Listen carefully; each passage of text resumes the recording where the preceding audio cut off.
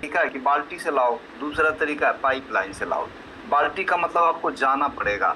अब आप समझ सकते हैं कि जब आपको डेली जरूरत है तो डेली एक दिमाग में आपको एक चिंता बनी रहेगी कि मुझे ये पानी को लाने के लिए जाना पड़ेगा। लेकिन जिस दिन वो लाने वाला व्यक्ति किसी वजह से नहीं रहा तो वो पानी नहीं आएगा, क्योंकि पानी के बगैर रह नहीं सकते, तो किसी और को लाना पड़ेगा। अभी हम लोगों ने एक बड़ा इमोशनल सा नज़ारा देखा 7 तारीख को नेक्स्ट जनरेशन प्रोग्राम में। मेरे दोस्तों, कई बार होता है कि एक आध हजार मीटिंगें, एक आध हजार छोटे छोटे इवेंट्स नहीं समझा पाते हैं, एक वजह क्लियर हो जाती है। तो नेक्स्ट मैं आपसे रिक्वेस्ट करूंगा कि नेक्स्ट जो प्रोग्राम होगा इस तरह से आप लोग मिस ना करिएगा। तो उसमें वजह मिल जाती है कि ये पाइपलाइन बनाना क्यों जरूरी है। मजे की बात, हमको पहले तो आभास ही नहीं हो पाता है कि पाइपलाइन क्या है। पाइपलाइन का मतलब कि हमारा एक अल्टरनेटिव विकल्प होता है कि हमारे जगह पर वो हमारी इनकम का एक सोर्स तैयार होता है। और एक डेटा मैं बता रहा हूँ कि हमारे यहाँ इंडिया में 95% लोगों को एक तो पता ही नहीं है, अगर पता भी है तो उनके पास कोई ऑप्शन नहीं है, कोई विकल्प नहीं है कि वो अल्टरनेटिव सोर्स ऑफ इनकम कोई जनरेट कर पाए। तो स्पेशली जो मैं आया था वो इसलिए आया था कि मुझे इनकम नहीं चाहिए, मुझे एक ऐसी इनकम चाहिए जो कि जनरेशन टू जनरेशन जनरेट करना है। एग्जाम्पल की मैं बात करूं, मेरे जस्ट बगल में एक पेट्रोल पंप था सत्यनारायण सिंह का, मैं छोटे पर से देख रहा हूँ। सत्यनारायण सिंह पढ़े लिखे नहीं थे ज्यादा, और काफी पढ़े लिखे लोग थे अगल बगल, वो सबके सब चले गए। उनका हुनर, उनका डॉक्टर, उनकी सर्विस, उनकी दुकान उनके साथ चली गई, और सत्यनारायण सिंह भी चले गए। लेकिन सत्यनारायण सिंह का पेट्रोल पंप आज भी है और वो लाखों रुपया देता है। मतलब क्या, सत्यनारायण सिंह का पेट्रोल पंप एक इनकम का पाइपलाइन है। लेकिन दोस्त आप सोचिएगा कि एक आम आदमी के पास ऐसा कोई विकल्प आता है क्या कि वो करोड़ों रुपया इन्वेस्ट कर सके।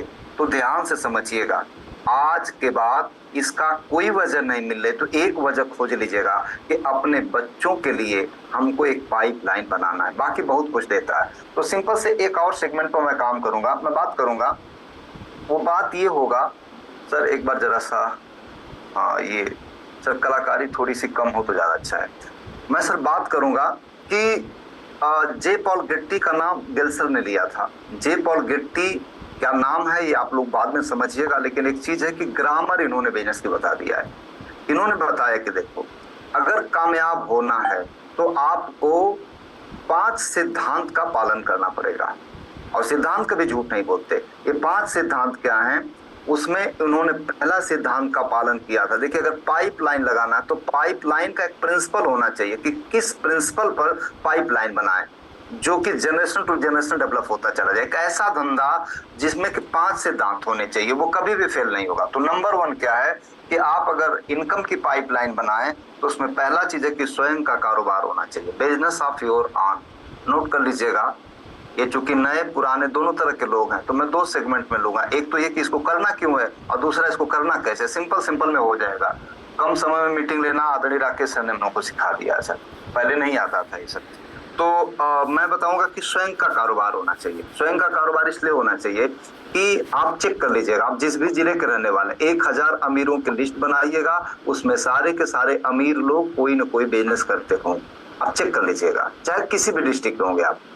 टॉप 1000 रिचेस्ट पर्सन वो कोई ना कोई पाइपलाइन वाले होंगे, कोई बिजनेस वाले, नौकरी वाले नहीं हो सकते। जब मैं डेटा देखा तो मेरे बुखार जो थे नौकरी के उतर गए। फिर मैं बहुत ज्यादा दीवानगी नहीं दिखाया, इसके फॉर्म वगैरह सब भरना बंद कर दिया। मगर जो है वही है, इसी के साथ पाइपलाइन बनाएगा। नेक्स्ट, अगर आप बिजनेस शुरू करिएगा तो एफएमसीजी यानी एक ऐसा बिजनेस होना चाहिए जो कि अमीर और गरीब दोनों आपके परचेजर हो। ये सीखिएगा आप टाटा से। टाटा के पास बड़ी बड़ी गाड़ियां हैं तो छोटी छोटी गाड़ियां भी हैं। टाटा के पास ट्रक है तो टाटा के पास नमक भी है। टाटा के पास क्या नहीं है, टाटा किसानों के लिए बनाता है। तो टाटा जो है आपका टीसीएस टाटा कंसल्टेंसी सर्विसेज भी इसके पास है। आप चेक कर लीजिएगा कि कितनी तगड़ी प्रोफाइल है टाटा टीसीएस की। तो आप अगर सीखना ही हो तो टाटा से सीखिएगा। ये टाटा जो है ना पूरे वर्ल्ड का एक अलग ढंग का बिजनेसमैन है, इसके ग्राफ बहुत नीचे नहीं जाते। आगे तीसरा जो पैरामीटर है, diversify of your income source. अगर आपकी एक इनकम की स्रोत है तो तुरंत आप दूसरे तीसरे चौथे के बारे में आप प्लानिंग शुरू कर दीजिएगा। गिल साहब ने क्या बताया कि मैं जाने वाला था कनाडा, बट इंडिया में ही रह करके मैंने बहुत मल्टीपल सोर्स मैंने शुरू कर दिया, और आज के डेट में देख रहे हैं इनकी लाइफ स्टाइल। कि किस वजह से इनको नॉलेज मिला। और अभी जो सुबह का सेशन था, मॉर्निंग सेशन, उसमें एक्रेसिया को लेकर के खूब चर्चा चल रही है। उसमें क्या बताया गया कि एक व्यक्ति को अपने अर्निंग का 20% कम से कम अपने एजुकेशन पर खर्च करना चाहिए। विदाउट एजुकेशन सिर्फ लेबर तैयार होते हैं, और लेबर की कीमत होती है 300 350 रुपया पर डे। एजुकेशन दे करके ही आप पीढ़ियां बदल सकते हैं मेरे दोस्त। तो आपको क्या करना है कि इनकम के कई सारे स्रोत होने चाहिए, तीसरा पॉइंट। चौथा पॉइंट, बिग ड्रीम, सपने बड़े होने चाहिए। अगर ताजमहल की जगह पर 2.5 दिन का झोपड़ा बन जाता तो आज ताजमहल नहीं होता। ताजमहल उसके दिमाग में पले, यानी बड़ा सपना बना, इसलिए आज ताजमहल। इसलिए बनिएगा तो बड़ा सपना, आज के बाद बड़ा सपना लीजिए, बड़ी सोच रखिएगा कि हम आने वाले बच्चों को, हम तो नौकरी के लिए परेशान है, लेकिन बच्चों को नौकरी के लिए, मैं साफ साफ बोल दिया अपने जसलोक, विवेक और सुधा को, बेटा नौकरियों के लिए मत पढ़ाई करना तुम लोग, वो बंद हो चुका है चैप्टर। ऑलरेडी मैंने सबकी ज्वाइनिंग लगा रखी है, और सारे लोगों के नीचे करोड़ों का बिजनेस आता है, सब लोगों को पता है कि पापा ने क्या किया है। तो एक बड़ा तगड़ा सा सपना, ये नौकरियों का फॉर्म जो है ना, हम यहाँ है, वो चेन्नई में जाकर के नौकरी कर रहा हूँ, 35,000 रुपया में लेकर के बस से जाता है ड्यूटी करने के लिए, गड़गड़ गड़गड़, सुबह से लेकर के शाम तक जाएगा, वो वहां परेशान, हम यहाँ परेशान। इसीलिए हम पैदा किए थे क्या बच्चों को। तो वो रास्ता कट, बड़ा सोच रखिए कि बच्चे हमारे बिजनेसमैन बनेंगे, क्योंकि अमीर आदमी बिजनेस करता है। चौथा, help other to get rich, ये हमने पंजाब से सीखा है। क्या गजब का कल्चर, मैं फैन हूँ उस कल्चर का। जो लंगर व्यवस्था है ना, ये मानवता का सबसे बड़ा एग्जाम्पल है। Help other to get rich. व्यक्ति साहब ने बोला, अगर आप परमानेंट अमीर बनना चाहते हैं तो आप मदद करिए अपने लोगों की। चीटिंग, चालाकी, कनिंग, ये सब नहीं चलता है। सबसे बड़ी राजनीति क्या है कि आप ऑनेस्ट रहो, और ऑनेस्टली लोगों की मदद करें जितनी क्षमता आपके पास है। ये 5 सिद्धांत है। अब प्रश्न है कि आरसीएम क्या इन सिद्धांतों को पालन करता है? यस, 100% पालन करता है। नंबर 1, ये खुद का बिजनेस, जो कोड है आपका, वो कोड आपका खुद का बिजनेसमैन बना दिया। कितना बिजनेसमैन बना दिया? पैन इंडिया का। कोई आप 5 करोड़, 20 करोड़, 50 करोड़ का कोई मेगा मार्ट खोलेंगे, 10-20 किलोमीटर में सेलिंग करेगा। इंडिया फ्री ऑफ कास्ट, पूरे इंडिया का आपको एक डिस्ट्रीब्यूटरशिप दे दिया। ये नंबर 1 चीज आपको मिला है। समस्या क्या है कि हम समझ ही नहीं पाते मेरे को मिला क्या है। यही तो आईडी मेरे को भी मिली थी, यही आईडी मेरे अपलाइन को भी मिली है। मेरा अपलाइन आज भी गली गली में बेचारा पता नहीं क्या करता है, कि उसको पता ही नहीं है। मेरा अपलाइन में उसको 2 करोड़ के आसपास का पीवी देता हूँ, सेकंड लाइन चलती नहीं, क्योंकि एजुकेशन ही नहीं है उसको। तो सिंपल सी बात, स्वयं का कारोबार ये हो गया है। अगला चीज, एफएमसीजी का। अब आप सोचिएगा कि टाटा के पास कितने प्रोडक्ट हैं। टाटा के पास उतने प्रोडक्ट नहीं जितने हमारे पास।